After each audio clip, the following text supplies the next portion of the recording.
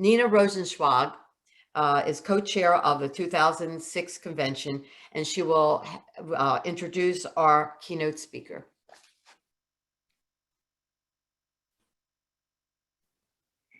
Thank you, Marcia.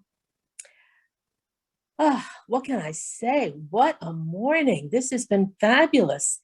And wasn't I right? We've been saying thank you, and we will continue to. Sometimes in life, people are sent to you at the right time and for all the right reasons. And that's how I feel about Rabbi Jessy Dressin. She is powerful. She is a powerhouse. She touched my soul. And today you will get an inkling of who she is if you have not met her already. So I'm going to suggest that you continue to stay muted.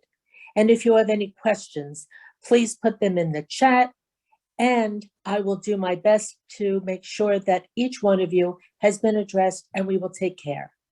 So I asked Rabbi Jessy for a bio, and she sent it to me, and I read it, and I thought, wow, she is. So let me share with you how she sees herself. And just as a little secret, she is powerful. And now, Rabbi Jessy Dressin is the Senior Director of Jewish Education for Repair the World. Jessy Dressin grew up outside of Washington, D.C. And I suppose she assumed that everyone went to lobby on Capitol Hill with their youth group. She has a bachelor's in history and Jewish studies from the University of Maryland, College Park. And she wanted me to say, go Terps. And she has a master's in both Hebrew letters and Jewish education, as well as rabbinic ordination from the Hebrew Union College, Jewish Institute of Religion, Los Angeles, California. Since ordination in 2012, Jessy has worked as a community rabbi in Baltimore, a city she cares deeply about and hopes to root in for a very long time. She was the founder, director of Charm City Tribe, a community initiative to engage young adults interested in Jewish culture and tradition who want to connect in creative and meaningful ways, and was named as one of the Forward's most inspiring rabbis in 2016. Jessy subscribes to the notion that Jewish tradition has three goals: personal meaning, making the imperative to be part of a collective, and the charge to help make the world a better place. She could not be more excited to work with Repair the World, an organization Jessy has followed since its earliest days and worked closely with during her time in Baltimore. Jessy lives just a few miles north of Baltimore, Baltimore Repair, with her husband Mark and their 11-year-old fur baby Kofi. She loves live music. She loves nature, ritual, craft beer, street art, and cooking. It is my distinct honor to introduce all of you to Rabbi Jessy Dressin. Thank you. Nina, that's so sweet. Kofi's now 14 and he's sitting at my feet. And thank you for really that kind introduction. Boker Tov, good morning. Baruch Hati, it is my honor. Can you all see me? Because Nina's frozen and I just want to make sure. Okay, great. It is my honor to be here, to be in the company of such an incredible Zoom room full of women, of leaders, of community builders, women who embody the feminine spirit and exhibit incredible strength. Each of you contribute to the legacy of Jewish tradition that stems from Sarah, Rebecca, Rachel, and Leah, Shifra, Pua, Miriam, and Ruth, Devora, Dina, Bruria, Golda, Shoshana, RBG, Yavila, Sally, and Annette. You are leaders and members of Jewish women's organizations, and you network with one another, thus creating a movement of Jewish women committed to bringing your voice, lending your gifts and unique talents, offering translations of Judaism, interpretations of ritual, and actions to build a just world in order to strengthen the Jewish people here in Maryland and well beyond. Thank you for saying Hineni, I am here. In being here, you make us visible. You make Judaism more vibrant and relevant, and you pave pathways for women like me who have strong women to follow in the footsteps of. I want to start with a story, perhaps one of my favorite from the Torah, and one that many don't know. There is a story in the book of Numbers, the 4th book of the Torah, about 5 young women, Mala, Noah, Hogla, Milcah, and Tirzah. They were born into a good family, descendants of the ancestor Manasseh, son of Joseph, the dreamer of the Jewish people. Zelophehad had only daughters, and when he died, community policy did not account for such a situation in which a person who died without a son, brother, or uncle, what would happen in order to take over the family property. And so precedents, a case emerged in which these 5 women who believed they had claim to inheritance of their family and were not slated to receive it due to a gap in policy, you might say. So what did they do? They organized. These 5 women knew the law, and they knew they were invisible currently under that law. They went to local leadership and presented their case. Without an uncle, brother, or son to inherit family property, they argued, they should be the heirs of their father's inheritance. Just a reminder that in these days, it was not the personal will of an individual to bequeath his belongings as he desired. It was the norm of the community that inheritance was passed along in a designated manner. The local leadership did not know how to respond to their claim. So they brought the case to the tribal leaders and then to the great courts and ultimately to Moses, who also didn't know how to rule on the case. And so Moses brought the case to God. And God, thank God, said their case is just. Let them inherit their family property. And God took it one step further. Let this case serve as precedence moving forward. Let it be an updated policy that applies to any future situation that might emerge like this one. I have chills. It's organizing at its finest and by women leadership nonetheless, and women in the Torah, named women in the Torah. But this brief story in the Torah is not the last we see of these 5 women. The rabbis of the Talmud bring them back into discourse when almost a millennia later, the rabbis are once again discussing inheritance and matters of difference between sons and daughters. The rabbis now give greater insight into what they believed these 5 women had that made it possible to change divine will, and thus the laws of inheritance according to the tradition. And what did the rabbis say? They said that the reason that Mala, Noah, Hogla, Milcah, and Tirzah were successful in winning their case was because of the following. They were wise, they were astute interpreters of the law, and they were righteous. They were wise because they recognized the unique opportunity of the moment and seized it. Had they had a living uncle, brother, or son to inherit their father's possession, they would not have had a case to make. But because they didn't, and because they recognized the opportunity of that moment, they raised their voice. They brought attention to the situation and they asked questions for the community to consider a request that ultimately changed the course of policy moving forward. They were astute interpreters of the law. They knew the laws of the land and of their community, and so they were able to put together a sound argument that demonstrated there was no law or policy that applied to the situation they found themselves in. And since there was not, and they knew there was not, they had a case to be made. They knew the law and could argue in detail their case for why it should change. And they were righteous. The Talmud tells us that it is because they waited for proper partners to marry and did not rush to marry the first potential suitor that came their way. I think this is the Talmud's way of saying these women were discerning. They were desirable, a complete package, if you will. But I also think it is saying something more than that these women knew their worth. And they knew that they were deserving of a good partner. They had been nurtured in a society where women were often not known for having a strong voice, or at least for not representing that strong voice. Yet they still saw themselves as part of a whole in whatever partnership they might eventually enter into.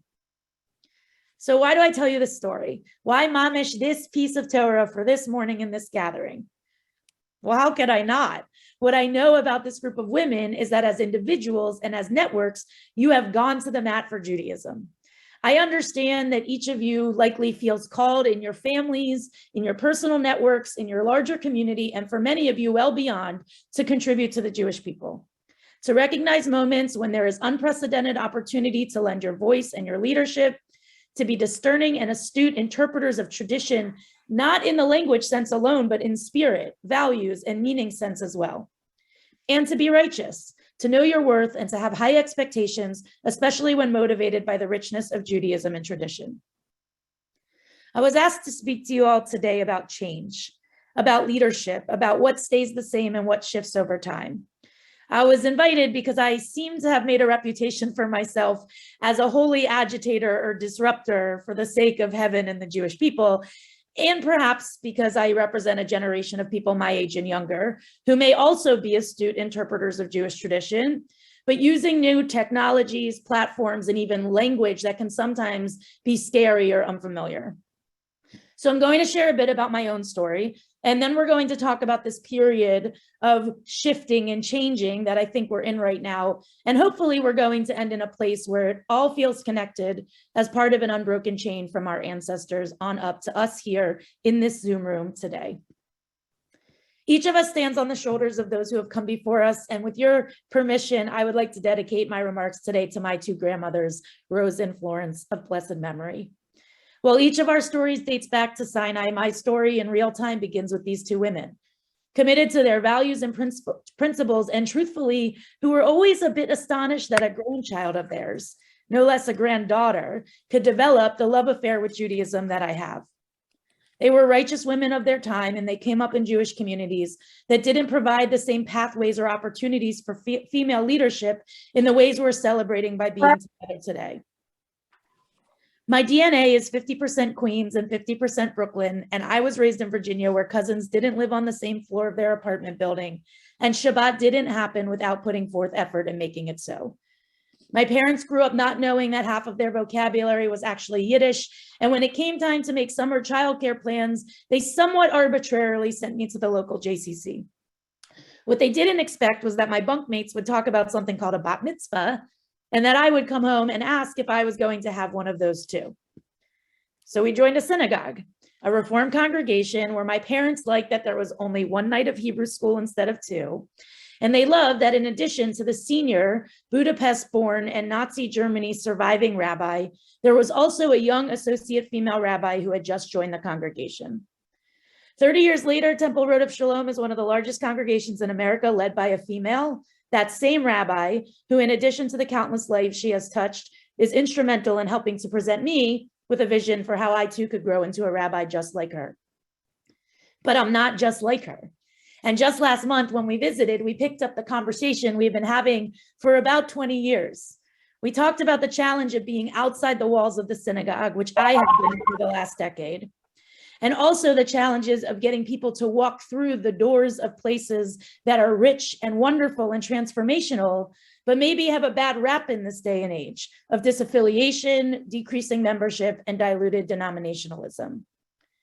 We talked about my hypothesis that we are emerging from Temple Times Judaism to a Mishkan model, a time when Judaism will not be anchored to one place and cannot be tethered only to buildings in which we hope to touch people's lives.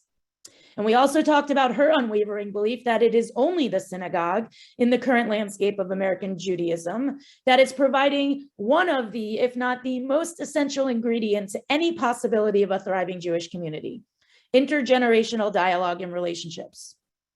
Even I, a leader in the next gen space, can admit the siloing of community based on age and stage demographics is not going to get us to where we need to be. No matter how much we believe there are different needs to be met as young adults, empty nesters, or families with young children. There must be a place where all of these people come into conversation and relationship with one another. I think this is a good segue to talk to the themes that seem so relevant to this group of women leaders, and in the spirit of standing on the shoulders of the daughters of Zelophehad. When the Israelites left Egypt, it was just days after crossing the sea before they began complaining about what was missing in the desert. Despite slavery in Egypt being oppressive and narrow, the familiarity of what was gave way to a deep sense of feeling lost and concerned when all of a sudden nothing was familiar. They wanted to go back, and they were soberingly told, you can't go back to Egypt. They were grieving. Many of you may feel similar sentiments when it comes to what feels as if it has been left behind in Judaism and in our Jewish communities. Whether you had a vision for who your child might marry and grow a family with, or a dream for a vibrant synagogue that might be struggling, or a fear that future generations will not see ahavat Yisrael, love for Israel, as part of their wrestling with Israel in all of her complexities today. There is real loss here, and that loss and the grief of what has changed, maybe in some cases to the point where it sometimes feels unrecognizable, deserves its moment of attention and tending to. Just as the Israelites struggled with orienting themselves from where they had come to where they would ultimately end up, so too these are those days where it may feel easier to look back to where we've been and lament, rather than to look forward and imagine that the best of our days in Jewish tradition might remain in front of us. Who will be the leaders sitting in this hopefully not Zoom room, but in person at the 136th convening of this group? It reminds me of another story, this time from the Talmud, a story when Moses is in an impassioned discussion with God, wondering why does it matter that he takes time to write these crowns on top of each of the Hebrew letters as he drafts the words of the Torah to bring down to the Israelite people. Moses was either impatient or perhaps he knew that while he was on the mountain, the people were filled with fear of the unknown and they were building themselves a golden calf to mitigate that fear. God then whimsically transports Moses to some 1,000 years later, because you can do that in the Talmud, and he places him in the classroom of Rabbi Akiva, who will become one of the greatest interpreters of the Torah of all time. As Rabbi Akiva is teaching his students, Moses is dumbfounded. He doesn't understand anything that Akiva is talking about, and he is even more at a loss than when he asked God about those illustrious crowns. And then it happens. A student asks his teacher where a certain law or idea came from, and Rabbi Akiva says, it comes from Moshe Rabbeinu, Moses, our original teacher. In that moment, despite being at a loss for how one chapter would connect to another, Rabbi Akiva reminds the reader and Moses that it is all interconnected. This is one long through thread, even when it changes to the point where it's unfamiliar. I want to say a word about the next generation of Jews, many of whom you either brought into this world or have nurtured in your home communities, or you have been served to them as teachers and mentors along the way. It's true that we can argue they are not operating according to the same assumptions, mimicking the same behaviors, or emulating the same interpretations of Judaism as might have been true when you were their age. And then I recall my two grandmothers, whom this presentation is in honor and memory of, because they thought I was crazy when I told them I was going to be a rabbi. They didn't quite get it when my first crush was on a boy from the synagogue who also happened to be Black. And they didn't even believe me when I told them that I was confident I would be able to find a rabbinic job outside of a synagogue. And yet they celebrated every moment of accomplishment for which they were alive as I pursued this dream, even while often reflecting on how unfamiliar the landscape was in which I would realize them and how they still didn't quite get it. I buried each of them, not just as a granddaughter, but also as an officiant over their internment. What was scary and unfamiliar grew into a blessing that allowed me to honor them in the holiest moments of passage from the physical world unto the world beyond. Something I am sure none of us, Rose, Florence, or myself, could ever have imagined in our earliest days of that beloved relationship between a grandmother and her grandchild. As Nina said, I work as the Senior Director of Jewish Education at Repair the World. Repair the World mobilizes Jews in their communities to take action to pursue a just world, igniting a lifelong commitment to service. At Repair the World, we believe that service in pursuit of social change is vital to a flourishing Jewish community and an inspired Jewish life. I have the honor of being the rabbi of the organization, which means that much of my day is devoted to translating the timeless ideas, values, and wisdom of Judaism in ways that are relevant and resonant to today's young person. Young people who often live in a world that feels broken on all sides. Most of these young adults have achieved at least one major milestone in their early life or more during a pandemic.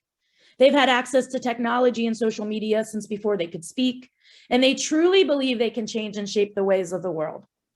They have been trained how to respond to active shooters as young people in schools. They are a generation that expects to suffer from the deepening impacts of climate change in their lifetime in significant ways. With this exception of a few, many of them will be among the first generations to make less money than their parents. They will make choices about higher education alongside their capacity to have a mortgage on that education after the fact. They believe we can dismantle racism, and they expect us to get a hand on how to use pronouns when the options are no longer just he and she. But there is yet more to this generation of young people. They crave meaning making and have deep spiritual yearning, even if they haven't yet identified what religion can offer in that department. They may connect often online, but they are building networks and they're able to mobilize for action in ways that our poster making parties and landline phone call campaigns were never able to on their own.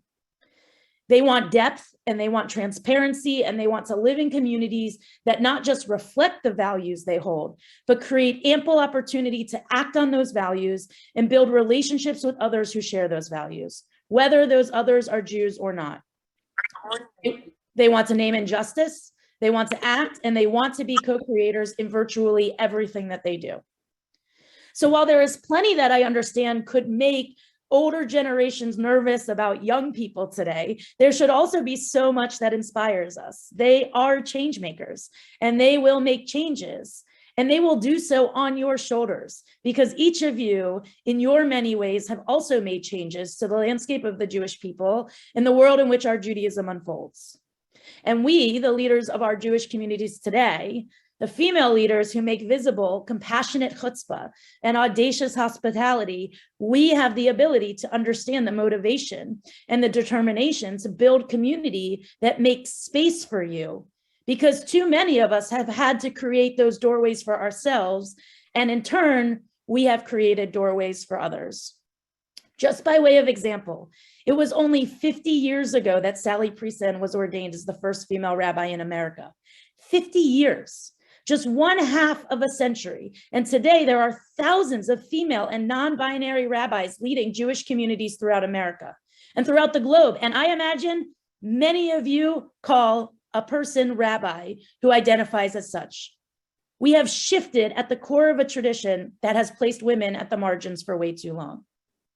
Change can lead to greater access, to new leadership, to change that may cause some of us to see an entirely new Judaism. But I hope ultimately to see that revelation of the Torah is unfolding, and our changes can also be for blessing and bounty in the exact same way that Moshe Rabbeinu had to see those changes when plopped into Rebbe Akiva's classroom. What if the Judaism we are headed to is one that gives new life and meaning to our ancient tradition and to the Torah itself? What if the interpretations of future generations lead to rich community networks, even if they don't organize in the traditional spaces many of us love or have been nourished by ourselves? What if those groups who have expressed their experiences of being left out of Jewish life lend their voices to the Jewish enterprise in order to expand the tent, in order to create more pathways for people who want to come under the tent? What if we mimic the processes of the great rabbis of the Talmud and learn once again how to argue and debate ideas for the sake of greater purpose, not to shy away from them, for the sake of discovering just how resonant and relevant and how much of a guide Torah and Judaism can be in the midst of this uncertain world we are currently running through? After all, it was those same rabbis who had to figure out what would become of Judaism when the temple was destroyed, and there was no longer a physical building to go to and worship the original temple. They created the Judaism we recognize today, the Judaism that was born out of such painful change that few could imagine any way for it to survive. And then it thrived. And so my charge to you this morning is this: take a moment to reflect on where the source of your own yearning, love, and passion for Judaism, for the Jewish people, and for Jewish tradition stem from. Take a moment, if you want, close your eyes and really feel in your innards, where is the source from which that stems? And focus in, because my guess is once you locate it within yourself, You also locate some transcendent doorway that opens up, connecting you to previous generations that are both personal to your story and that bring us all the way back to Sinai. You have within you part of the unbroken chain that is our legacy. And each of you work every day in all the various ways you do so to ensure that chain remains unbroken. To imagine that 30 years from now, a new group of women will be able to identify their source of passion and motivation, and it will also connect directly back to this group gathered here today. And as you focus on that origin source and realize it is neither an origin or someone else's final destination, I invite you to take just a moment to think of what it is that you have continued, but also to realize how in your own way you too have innovated and you have updated and opened doors and made changes, offering new interpretations so that Judaism can thrive in our lifetimes, in our communities, and in our efforts to build a more just world. It is that interconnectedness that I believe is an emanation of the divine spirit. And it is the actions and contributions that each of you have made and will continue to make that reaffirms the timeless task of the Jewish people, to be part of the story, both the story that we inherit and the story that unfolds over time. Thus, we come full circle into this Zoom room of women who have individually and collectively worked to strengthen the Jewish people. Like the daughters of Zelophehad, you bring your wisdom, discernment, and righteousness to benefit your communities and our great community of which each of us is part of. You have become knowledgeable in the ways of Jewish tradition in your generation and in your time. And you have built opportunities for those that will follow to further interpret and contribute, even if they will do so differently. But you are also like Moses and Rabbi Akiva, representing the many generations who must have experiences of both building and seeing the tide shift forward, even when sometimes it feels like we can't quite recognize it exactly as it has always been.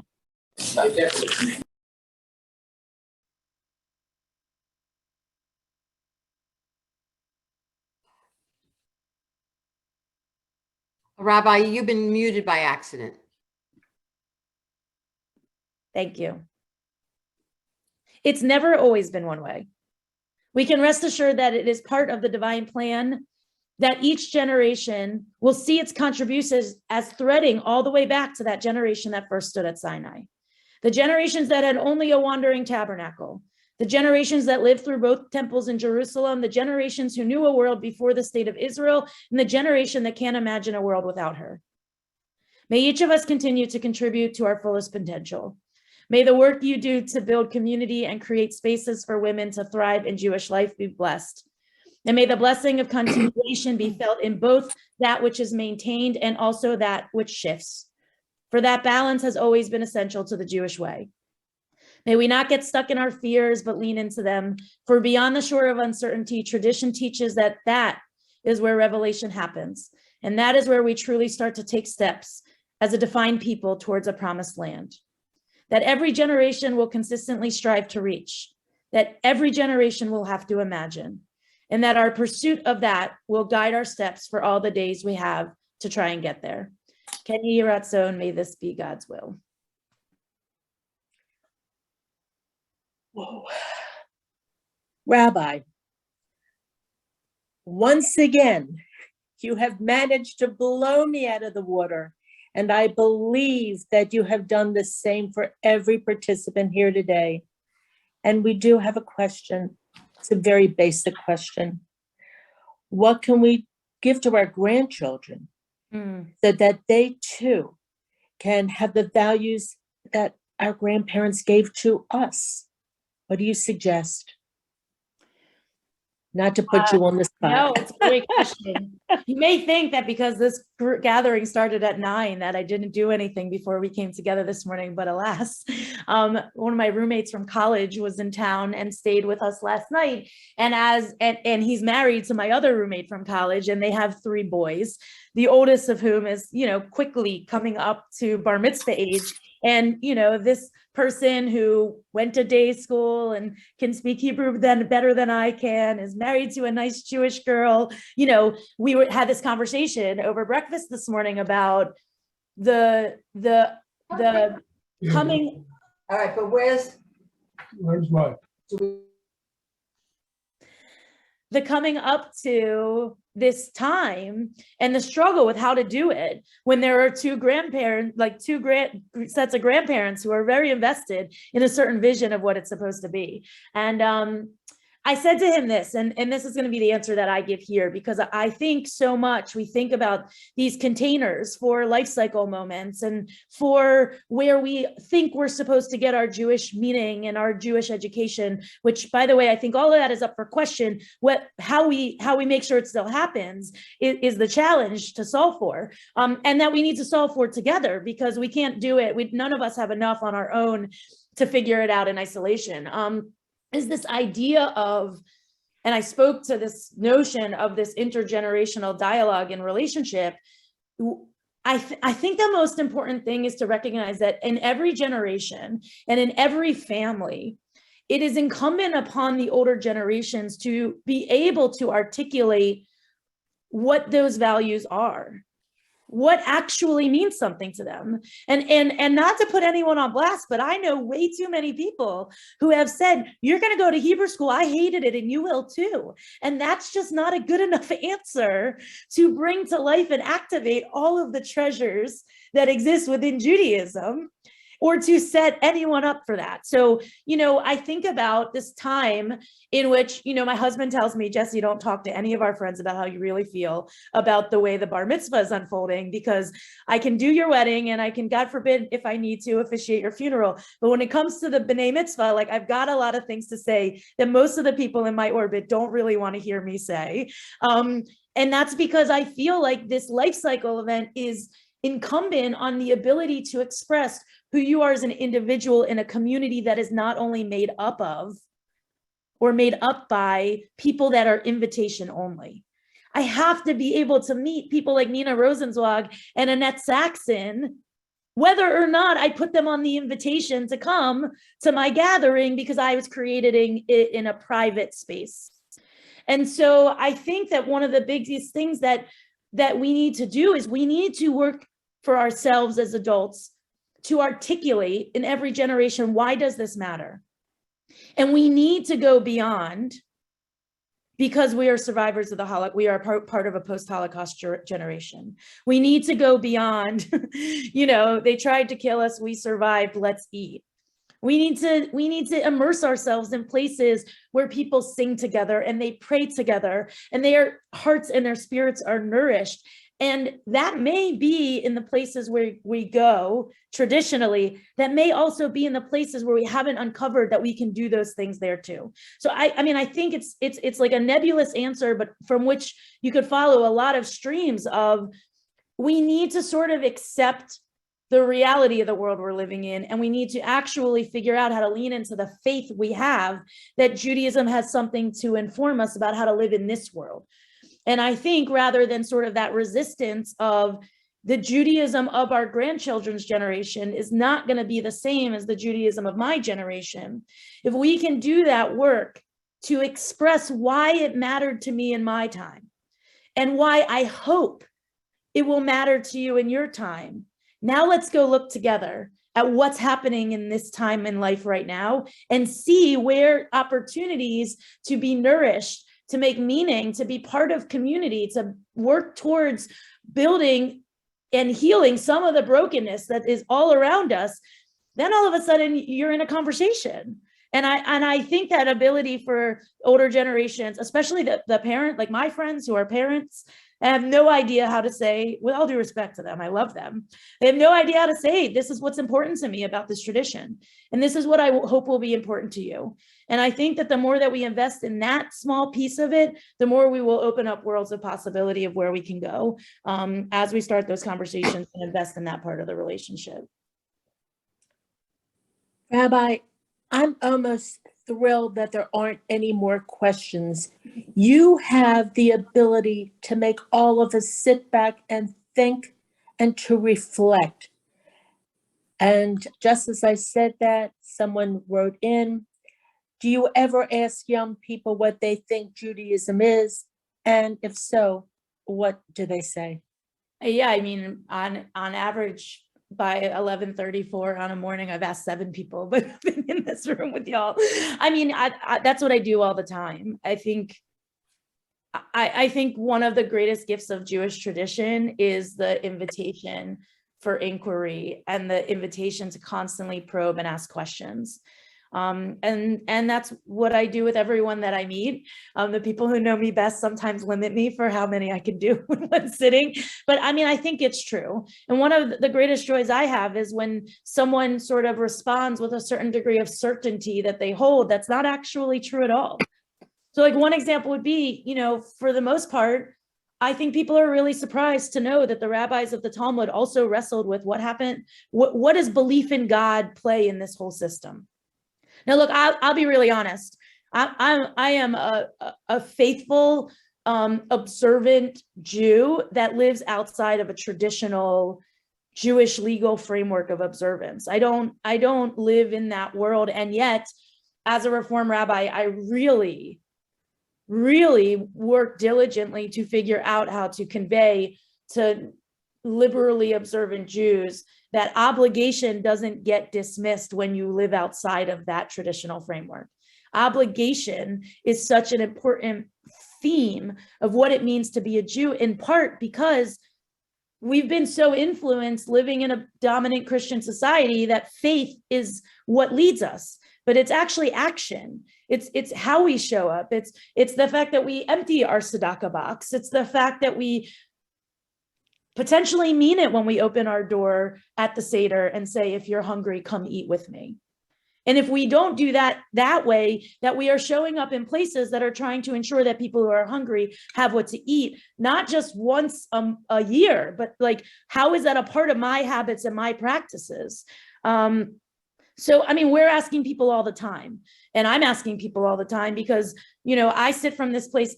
Somewhere in this Zoom room is Lisa Jablon, who was the nurse at Camp Harlem when I was a kid. And I was a very allergic kid, which meant I got to spend a lot of time at the nurse's office because I was getting allergy shots once or twice a week through the whole time that I was at summer camp.